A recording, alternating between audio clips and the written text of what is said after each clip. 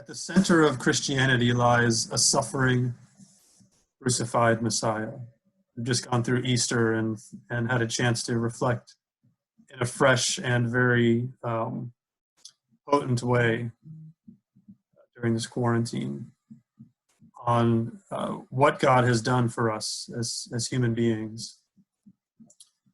At the center of Christianity lies a suffering, crucified, and resurrected Messiah. God became man to suffer and die in our place. So suffering is a terrible thing, but it's something that God often uses to bring about good. And so we have to be of two minds when it comes to suffering. We should try to care for those who suffer, and we should try to eliminate that suffering to whatever extent possible. We don't want suffering. We don't seek it. We want to be rid of it. However, we should not imagine, as Mailander puts it on page 7, we should not imagine that suffering can be eliminated from human life, or that it can have no point or no purpose in our lives. As much as we want to avoid it, we will not be able to avoid all of it. We should not imagine that we can avoid all of it. It is not a reasonable goal to try to avoid all suffering. If we adopt that as our goal, we are not thinking about the world as Christians. We should not imagine that we can eliminate suffering from human life. And we should also not imagine that suffering has no point or no purpose.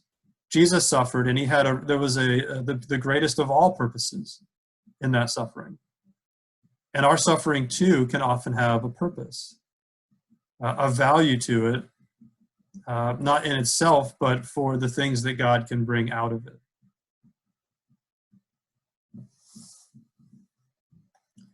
So there could be some cases where we could eliminate the suffering, that we have the ability to eliminate the suffering, but we ought not do so.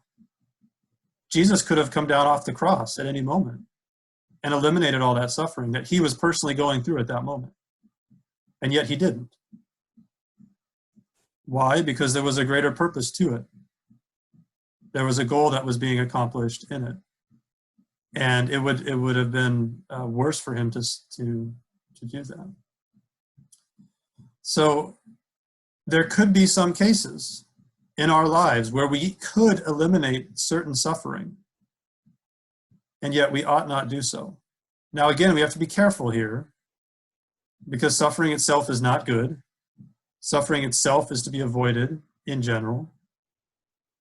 But we cannot be so impossibly optimistic as to think we're going to avoid all suffering.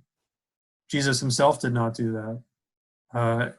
There is no promise to us that we should be able to do that. And so we are not going to be able to ethically eliminate all suffering. So suffering we have to be of two minds about it. One, it's an evil thing, but two, it's something that we cannot always avoid.